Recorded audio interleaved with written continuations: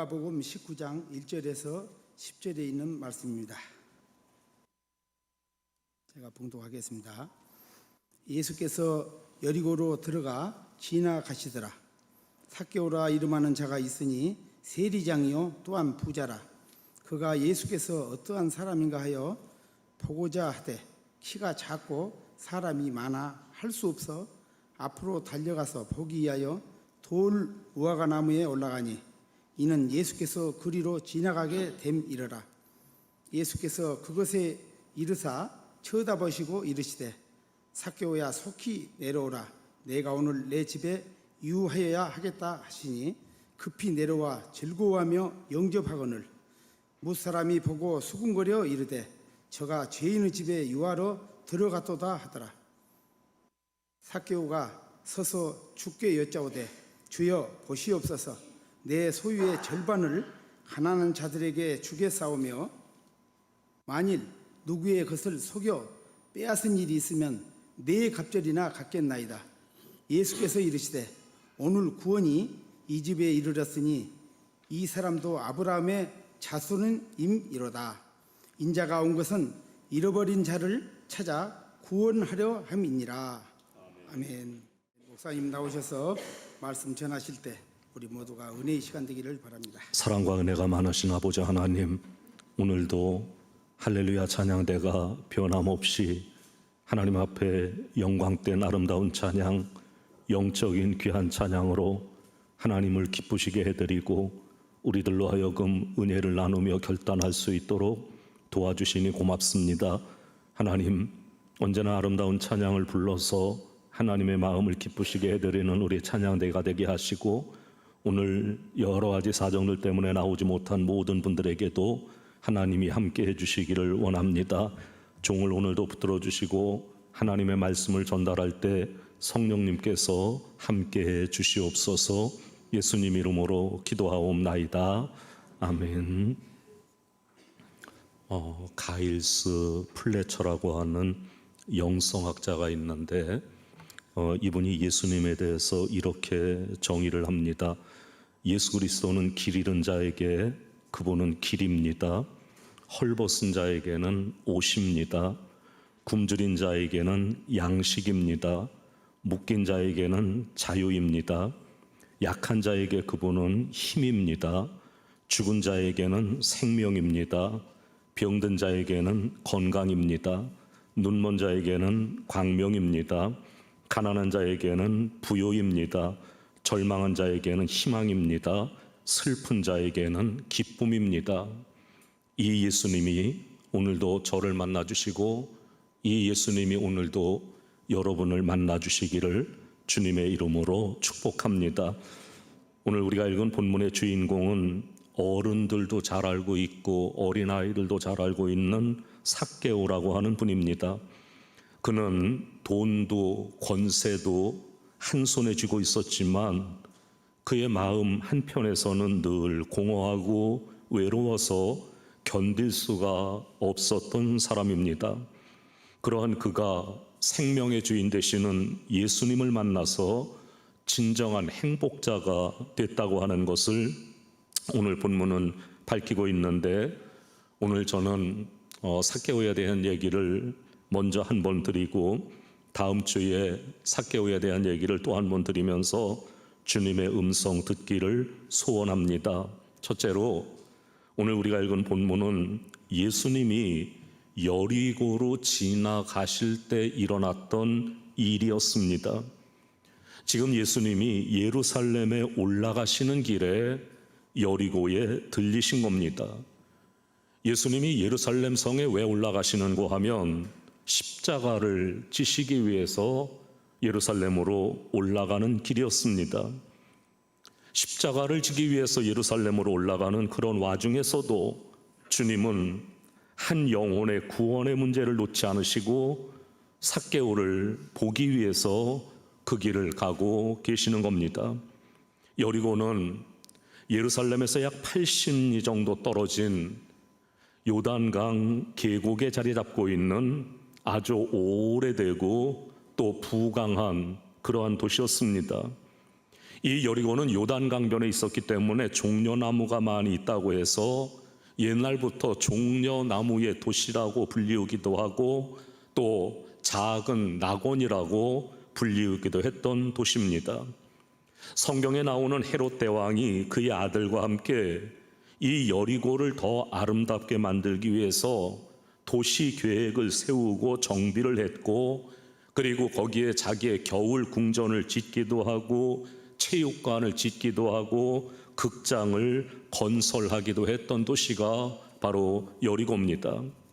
여러분 잘 아시는 로마 역사에 보면 안토니우스가 자기 애인이었던 클레오파트라에게 선물로 준 도시가 바로 이 여리고라고 하는 도시이기도 합니다.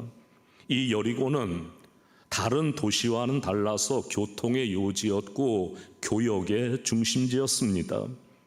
이 여리고를 보면 요단 동편 지방을 통하는 하나의 관문으로 도시의 역할을 감당했고, 북쪽으로는 다메섹, 두로와 시돈이 연결되는 길이 나 있었고, 서편으로는 가이사라와 요빠로 가는 길이 있었고, 남쪽 편으로는 이집트를 연결하는 그러한 중요한 길이 있었습니다.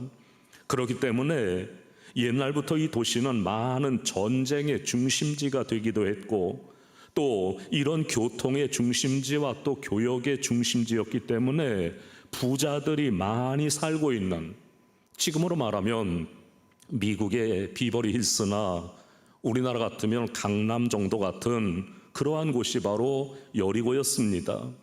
그 여리고 땅의 세리장이 바로 삭개오였던 겁니다. 이 삭개오가 누구입니까? 첫째로 삭개오는 그 이름하고는 거리가 먼 삶을 살았던 사람입니다. 삭개오, 이 말의 뜻은 순결하다, 의롭다, 그런 뜻입니다. 유대 나라에서는 자녀가 태어나서 8일이 지나면 할례 의식을 행합니다. 그리고 이름을 지어주는데 이때에는 대개 두 가지의 방법을 사용한다 그럽니다. 하나는 구약에 나오는 위대한 선조들의 이름을 그대로 따서 붙이는 방법입니다. 예를 들면 아브라함이라고 짓거나 이삭이라고 짓거나 야곱이라고 짓거나 아니면 모세라고 짓거나 이렇게 짓는 겁니다. 이 경우는 이 어린아이가 자라면서 그 이름의 인물을 사모하고 본을 받도록 하려고 하는 교육적인 배려에서 나온 겁니다. 또 다른 한 예는 약간의 미신적인 색채를 풍기는 방법인데, 어린아이를 둔 부모가 촛불을 여러 개를 켜놓고 거기에다가 자기가 원하는 사람의 이름들을 꼬리표를 써서 달아놓고 기다리는 겁니다. 그래서 마지막까지 꺼지지 않고 남는 촛불의 이름을 그 어린아이에게 붙여준다는 겁니다. 삭개오, 여러분 구약 성경을 아무리 읽어봐도 삭개오라고 하는 이름 찾아볼 수가 없습니다. 신약 성경을 읽어봐도 여기밖에는 삭개오라고 하는 이름이 없습니다. 그러니까 아마도 촛불 밝혀놓고 붙여진 이름이 아닌가, 그런 생각을 하게 됩니다. 아마 그 부모는 그에게 만인이 존경하는 깨끗한 인물, 아주 정결한 인물이 되기를 기원하면서 삭개오라고 하는 이름을 지어줬을 겁니다. 그런데 어른이 되고 성인이 된 삭개오는 그 이름과는 정반대의 생활을 하게 됐습니다. 사람들이 삭개오라고 하는 이름을 부를 때마다 얼마나 속으로 빈정거렸을까요? 삭개오, 순결하다고? 아니 뭐가 순결해? 뭐가 의로워? 웃기네. 아니 저렇게 좋은 이름을 가지고 세리가 되다니, 그러면서 빈정거렸을 겁니다. 요즘 믿음의 가정에서 보면 성인들, 성경에 나오는 인물들의 이름을 따서 그 이름을 지어주는 경우도 많이 있습니다. 특별히 뜻이 있는 이만큼 자녀를 위해서 더 많이 기도하고 잘 양육해서 훌륭한 지도자로 키우실 수 있기를 바랍니다. 잘 못하면 이름값도 못한다고 비웃음을 살 수도 있기 때문입니다. 두 번째로 삭개오는 세리장이었습니다. 부자였습니다. 여기 세리장이라고 하는 건 자기 밑에 다른 세금 징수원들을 많이 거느리고 있는 세리를 가리키는 말로, 굳이 지금의 직제로 표현한다면 세무서장 정도가 될 겁니다. 당시의 로마 제국은 어떤 지역의 세리를 경쟁 입찰 형식으로 임명을 했답니다. 예를 들면 여리고성에 세리장을 임명한다면 각 세리장 지원자들을 자기가 여리고성의 세리가 되면 얼마만큼의 세금을 로마 정부에 내겠다고 그 액수를 적어 냈답니다. 그러면 로마 정부는 그 중에서 가장 많은 액수로 입찰한 사람을 여리고성의 세리장으로 임명해 주면서 동시에 백성들에게 세금을 거두는 세율을 정할 수 있는 권리까지 부여해 줬다는 겁니다. 그렇게 함으로써 세리는 자기가 로마 정부에 약속한 납세액을 채울 뿐만 아니라 자신의 충분한 수수료까지 남길 수 있을 만큼 높은 세율을 자기 마음대로 정해서 세금을 징수하게 되는 겁니다.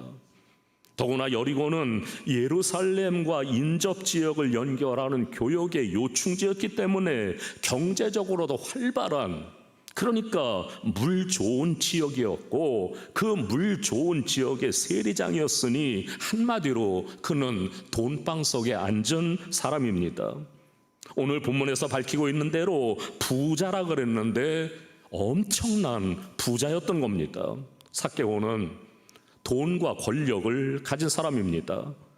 어느 시대에나 옛날이나 지금이나 돈과 권력을 가진 사람은 다 실세입니다. 돈 하나만 가지고 있어도 굉장합니다. 권력 하나만 가지고 있어도 굉장합니다. 그런데 삭개오는 이 두 가지를 다 가졌습니다. 삭개오는 남들이 하나도 못 갖는 것을 두 개나 갖고 있는 성공적인 성공을 한 그런 사람입니다.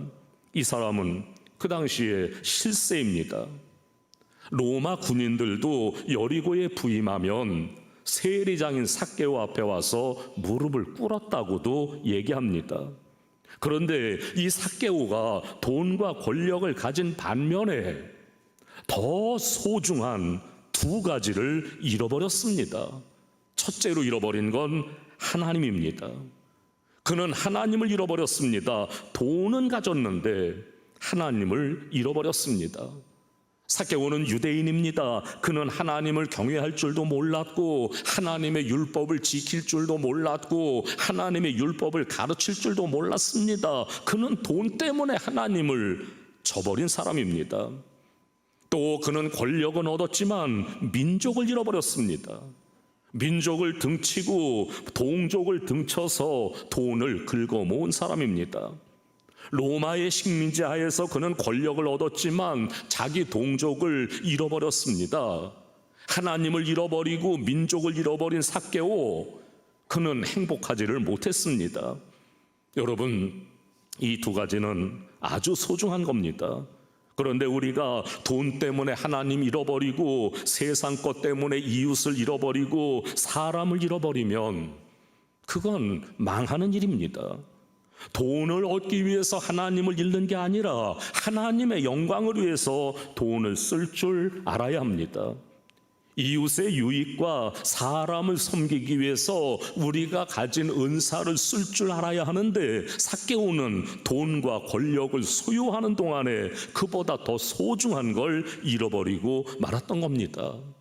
얼마나 불행한 사람입니까? 세 번째로 삭개오의 귀한 점이 있었습니다. 그게 뭔고 하면 주님에 대한 호기심입니다. 그가 예수께서 어떠한 사람인가 하여 보고자 했다. 예수께서 어떠한 사람인가 하여 보고자 했다. 성경은 그렇게 말씀합니다. 미루어 짐작해 보건대 삭개오는 기관장이고 그리고 유지였기 때문에 그날도 개인적으로는 스케줄이 꽉 차 있었을 겁니다. 그런데 그는 그 모든 스케줄을 다 포기하고 예수님을 만나기 위해서 나선 겁니다. 여러분, 삭개오가 왜 예수님 앞에 나왔을까요? 돈 때문일까요? 돈이 목적이 아니었습니다. 사업 때문일까요? 사업 때문에 예수님께 나온 거 아닙니다. 병 고치기 위해서 나왔습니까? 그런 얘기 없습니다. 결혼하려고 나왔습니까? 그거 아닙니다. 더더욱 사람들로부터 인정받으려고 나왔을까요? 그것도 아닙니다. 그가 예수님 앞에 나왔던 동기는 너무 순수합니다. 예수님께서 어떠한 사람인가 보고자 했다. 이게 삭개오가 예수님을 만나려고 하는 동기였습니다. 그는 소문을 들어서 예수님에 대해서 어느 정도 알고 있었습니다. 예수님은 죄인들의 친구여 귀신 들린 자를 고쳤고 소경의 눈을 뜨게 했고 38년 된 중풍병자를 걷게 하신 분이었습니다.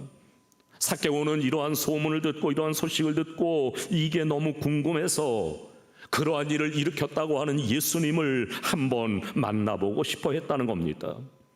여기 성경에 보고자 하되라고 하는 말이 있는데, 보고자 하되 이 말은 보기를 열망했다, 간절히 사모했다, 그런 뜻입니다. 그는 예수님을 간절히 보기를 원했던 겁니다. 예수님을 만나기를 사모했던 겁니다. 성경에 보면 사모했다는 얘기가 많이 나옵니다. 예를 들면 고린도전서 12장 13절 더욱 큰 은사를 사모하라, 디모데전서 3장 1절 사람이 감독의 직분을 얻으려 함은 선한 일을 사모한다 함이로라. 시편에서도 주의 성전을 사모하나이다, 내가 주님을 앙망하나이다, 주의 은혜를 갈망하나이다, 내가 주의 은혜를 사모하나이다. 이런 말씀이 여러 번 나옵니다. 그런데 여러분, 이 사모한다고 하는 말의 뜻은 참 흥미롭게도 욕심을 품는다, 그런 뜻입니다. 내가 어느 한 사람을 사모한다는 것은 그 사람을 소유하고자 하는 욕심을 갖는다는 뜻입니다. 삭개오는 예수 그리스도를 사모했습니다. 그를 만나고자 했습니다.